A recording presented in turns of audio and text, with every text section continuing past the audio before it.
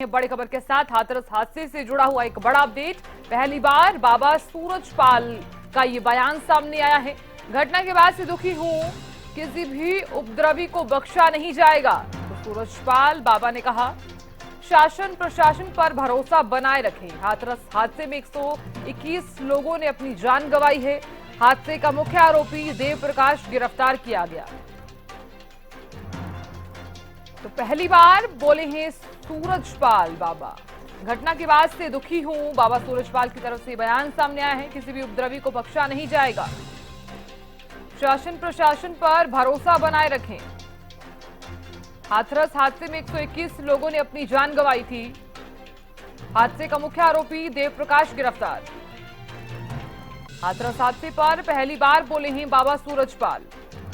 घटना के बाद से दुखी हूं, बाबा सूरजपाल ने कहा, किसी भी उपद्रवी को बख्शा नहीं जाएगा।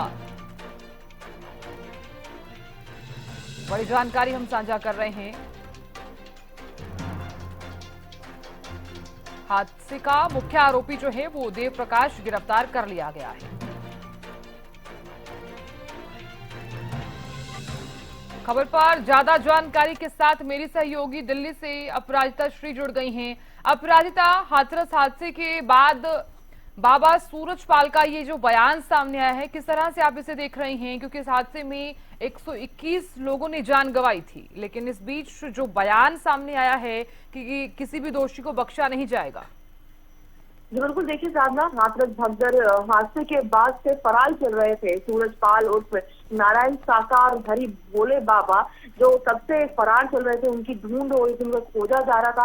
किस तरीके से उनके आश्रम में भी गया था, छापा पड़ा था। पुलिस निराश होकर वापस आ गई थी। बाहर कहा जा रहा था कि बाबा मिल ही नहीं रहे हैं। इस तरह के बयान सामने आ रहे थे। अब देखने वाली बात है कि अब फाइनली बाबा का ही बयान सामने आ गया है, जिसमें वो कहते हुए नजर आ रहे हैं कि जो कुछ भी 2 जुलाई को हुआ था उससे वो बहुत व्यथित थे, जिसकी वजह से अब वो कह रहे हैं कि प्रभु मुझे इस दुख की घड़ी से उभरने की शक्ति दे। और साथ ही कहा है कि शासन और प्रशासन पर उन्हें पूरे तरीके से भरोसा है और सभी को कहा है कि भरोसा रखे। और साथ ही कहा है कि हमें विश्वास है कि जो भी उपद्रवकारी हैं, यानी जो भी, क्योंकि देखिए ये भी कहा जा रहा है कि हालांकि जो सेवादार जो थे, सेवक थे, जो उन्होंने हटाया था भीड़ को, कार से रास्ता बना रहे थे, उन्हें जो हटाया था, जिसकी वजह से ये भगदड़ मची थी। साथ ही ये भी कहना है कि कुछ अराजकता वाली चीजें भी वहां पर हुई थी। इस तरह की चीजें भी सामने आ रही थी, जिसको लेकर के उन्होंने कहा है कि जो भी उपद्रवकारी है उन्हें बख्शा नहीं जाएगा। साथ ही उन्होंने कहा है कि कुछ दिन पहले भी हमने देखा था कि उनका एक स्टेटमेंट आया था उनके वकील के द्वारा, एसपी सिंह के माध्यम से एक स्टेटमेंट भी उन्होंने भेजा था। और साथ ही उन्होंने ये भी कहा कि मैंने अपने वकील के माध्यम से समिति के सदस्यों से अनुरोध भी किया है कि वे शोक संपन्न परिवारों को और घायलों के साथ खड़े रहे और जीवन भर उनकी मदद करें। क्योंकि देखिए बहुत बड़ा सवाल उठ रहा था उनके ऊपर कि किस तरीके से बाबा कहाँ है। एक तरफ उनको भगवान का दर्जा दिया जा रहा है लोगों की तरफ से, क्योंकि जब वहां पर लोगों से पूछा भी गया जहाँ पर भगदड़ मची थी, उन्होंने अपने परिवार को खोया, तो कई लोगों के द्वारा ये भी चीजें कही गई थी कि अगर बाबा के नाम पर हुई है तो चीजें कोई बात नहीं। इस तरह की चीजें भी सामने आ रही थी। तो लोग सवाल उठा रहे थे कि अगर लोग इस तरीके से अंधभक्त हैं उनके, तो बाबा है कहाँ आखिरकार? अपने लोगों का ध्यान क्यों नहीं रख रहे हैं? क्यों नहीं उनके बारे में जांच कर रहे हैं कि किस तरीके से उनके जो भक्त हैं वो किस तरीके से, किस हालात में? इस तरह के सवाल सामने उठ रहे थे, जिसको लेकर के उन्होंने लंबा चौड़ा हम कह सकते हैं कि एक वीडियो सामने आया। मगर सवाल उठाने वाली बात ये भी है कि एक तरफ पुलिस लगातार उन्हें ढूंढ रही है और वहीं दूसरी ओर वो अपना एक निजी मीडिया को वो अपना बयान भी दे रहे हैं। तो ये खुद में भी सवाल उठाता है। जी बिल्कुल अपराजिता, देखिए, क्योंकि इससे पहले बयान सामने नहीं आया है बाबा सूरजपाल की तरफ से, लेकिन आज जिस तरह से बयान सामने आया है, उनका भी कहना है किसी भी उपद्रवी को बख्शा नहीं जाएगा। शासन प्रशासन पर भरोसा भी बनाए रखें। लेकिन अपराजिता, देखिए 121 लोगों की जान गई, और चाहे इसे ये कह लीजिए, क्योंकि जिस तरह से कुछ प्रत्यक्षदर्शियों का भी यहाँ पर जो बयान है वो भी सामने आया था कि भीड़ भाड़ जो वाली जो जगह है जहाँ पर धक्का मुक्की ज्यादा हुई, जिसके चलते ये हादसा भी हुआ है। लेकिन पुलिस प्रशासन जो है इस मामले में कार्रवाई कर रहा है, वो कार्रवाई कहाँ तक पहुंची है?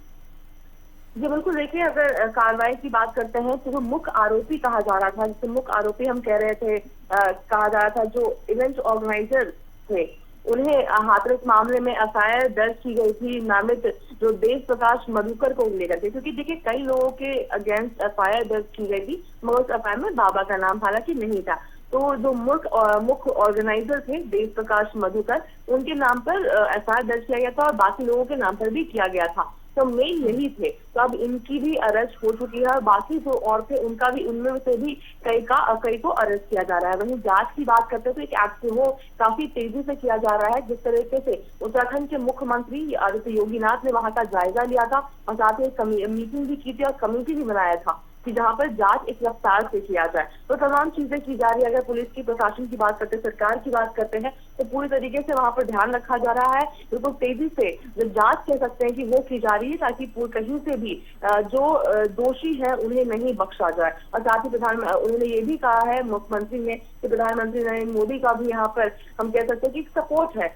ये में हमने देखा था किस तरीके से जब इस तरह का हादसा हुआ था तो चाहे प्रेसिडेंट हो जाए, प्राइम मिनिस्टर हो जाए, डिफेंस मिनिस्टर हो जाए, सभी ने ट्वीट कर किया था। तो हम कह सकते हैं कि एक एक्टिव मोड में सरकार नजर आ रही है। जी बिल्कुल अपराजिता, क्योंकि यूपी के सीएम योगी आदित्यनाथ द्वारा भी जिस तरह से जांच कमेटी का गठन किया गया था, हालांकि उसी वक्त जांच जो है वो शुरू हो गई थी।